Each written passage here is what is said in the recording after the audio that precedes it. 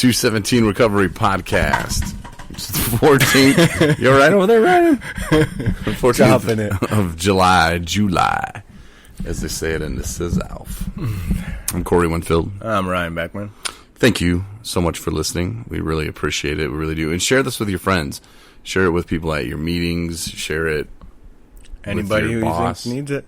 Yeah, tell your boss. Be like, you know what? Just go up to him tomorrow and be like, hey, I've been watching you.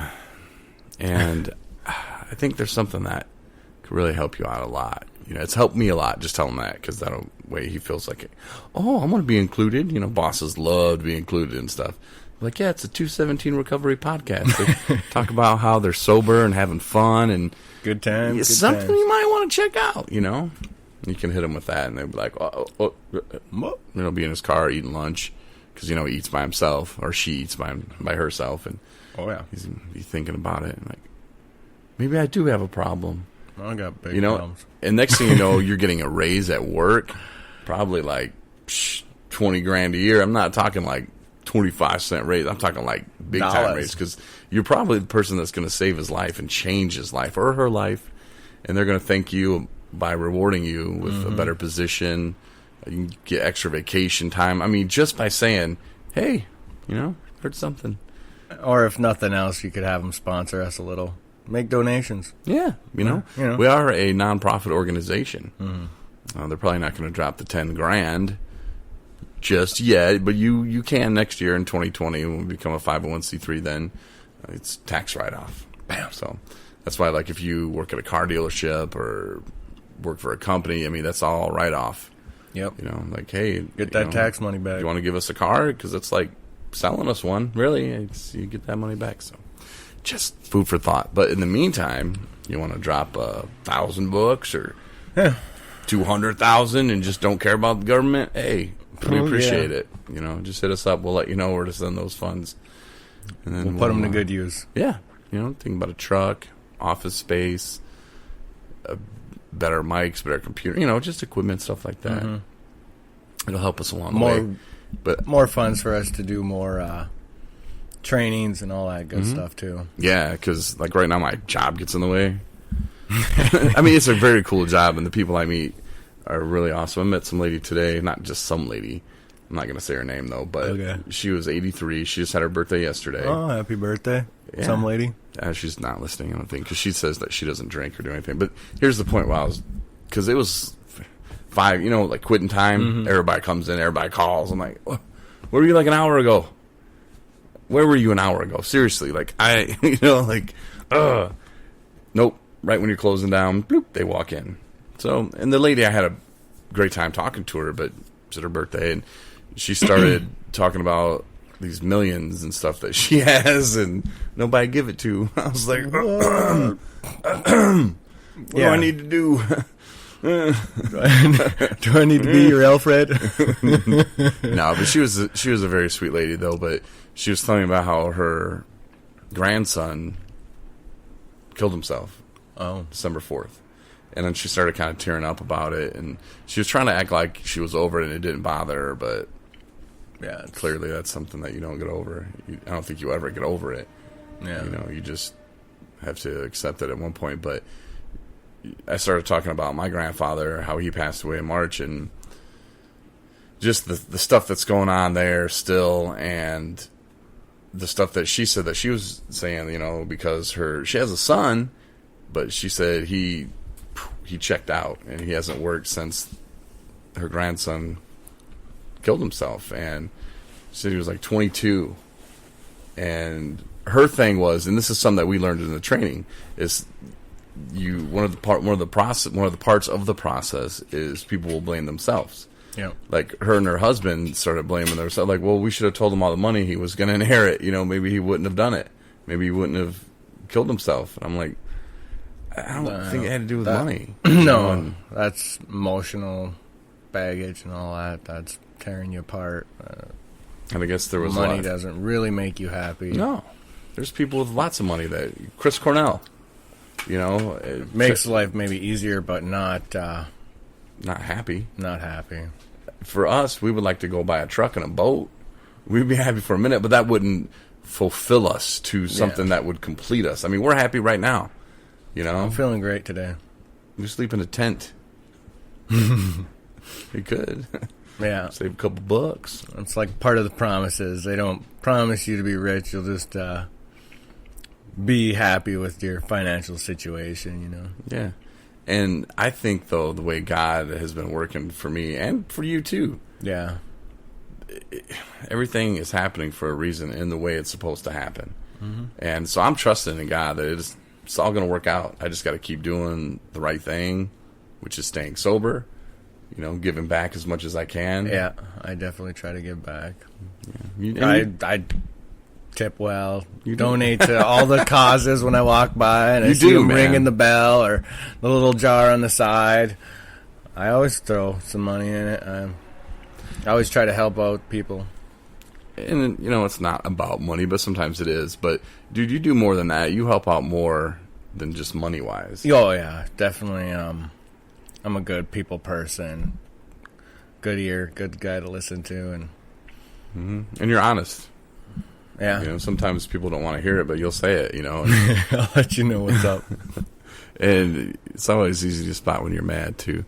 But, like, tonight, you hung out with Brett a little bit, you know, and you didn't have to do that.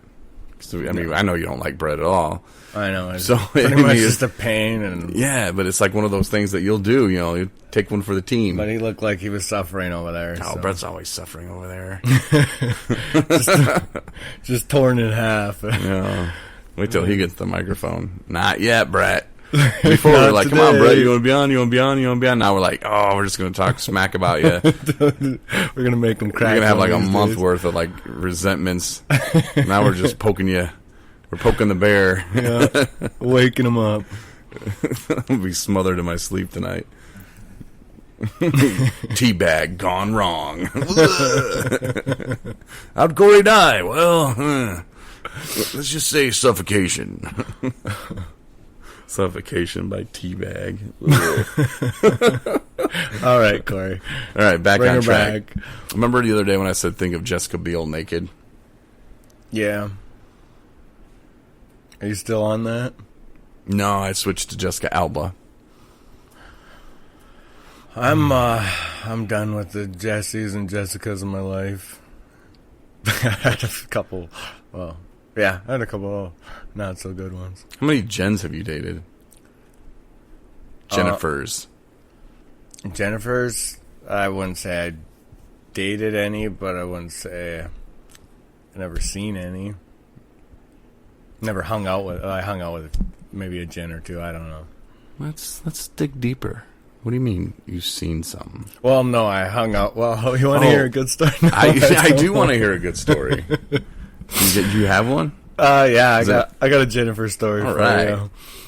So I'm out, and this girl I know, she's like, "Oh, you."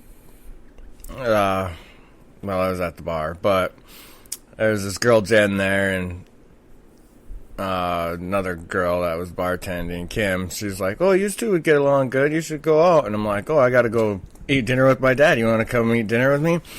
It's like, "Yeah, sure."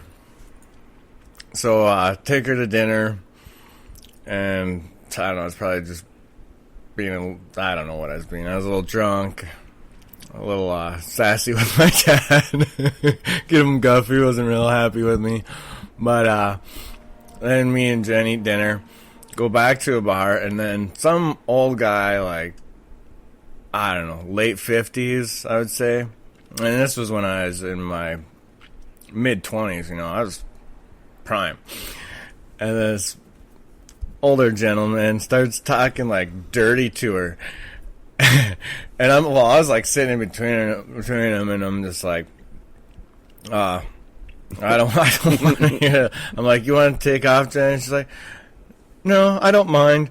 I'm like, "Well, I mind. I'm out of here. See you later." Just like, he was just telling her how good he was and how good he was going to do things to her. I'm like, this guy looks like he's about to have a heart attack just sitting here. Like, there's no possible way, but if you want to feed into that, go have at her. I'm not going to stand in the way of true love here.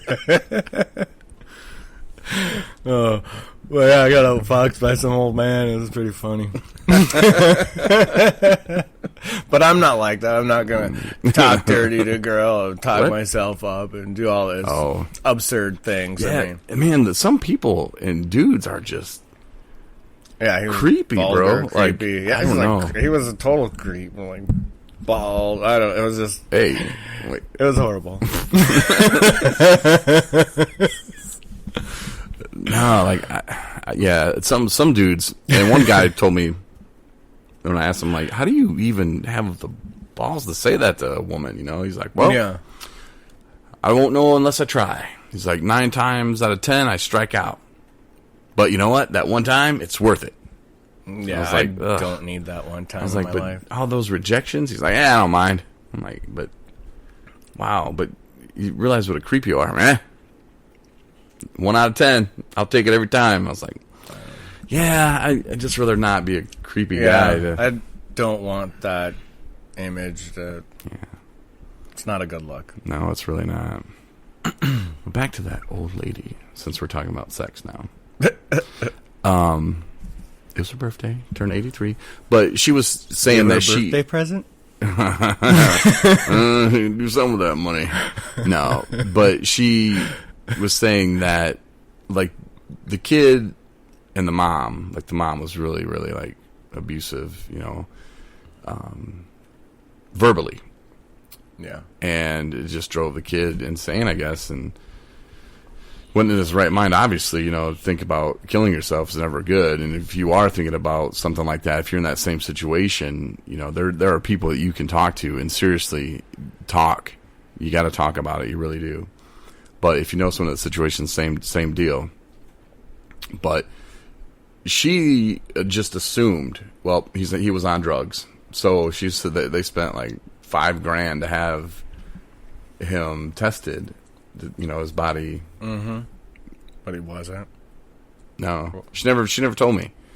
But I don't know if that was a yes or a no by her not telling me because she's ashamed. Like, yeah, and I don't know. I almost said something that I was like, might have been an alcohol. It's hard to tell, you know. Mm-hmm. But, I mean, people can go through depression in any walks of life. I mean, you don't necessarily have to turn to be an addict, and there's, you know, you can still isolate, depress, and all that stuff happens even when you're not an addict, not a. And it actually seems like having money would be kind of worse because. First of all, you know how many women you would attract? And nothing against the women here. I mean, if you were a woman, I would say, you know how many guys you're going to attract? Well, you're going to attract guys anyway, but if you're a woman. But nothing against women. But, I mean, you would have women just hanging all over you. Friends would be like, hey, Ryan, what's up, bro? A lot of fake people around you. Yeah, and that would drive me nuts, man. They don't really like you for you. They just like what you can do for them. Mm-hmm. It'd be hard to decipher a lot of them because a lot of people are like just really snaky fake, you know? Mm-hmm. Backstab. Even when you're poor like me. We're just faking like we're poor. You can, you know, friends will stab you in the back that you thought were genuine friends, but not. Yeah. So, I mean, I could see where the kid was probably having problems, and it kind of sounded like he didn't work. He didn't have to go out in the world and make money. He didn't have the pressures of, you know, I have to provide for myself. I'd be living on the street, you know, and he just had to go to school and... Yeah, and that's not always the best case scenario either, because you have, like, no purpose in life, you know, trying to find yourself and what you're here, what you're doing, you know, if you're not making an honest living, you don't really feel like you're honestly doing anything, I imagine. I've never had that problem in my life. Been working since I was like 14, so yeah, not the case here. Use people. Rich people. Use people. Rich people, RP, whatever. But sometimes, and problems. I was kind of wondering this too when she had said that she had him, you know, tested or whatever. There's a word for that. I just can't think of it right now. Autopsy. But she had an autopsy done. Mm-hmm. Like, a lot of times, though, like, people will be using drugs, or, you know, alcohol is a drug, so I'm not going to say ain't alcohol, but drugs. They'll use drugs, and then they'll stop. And that's a lot of the time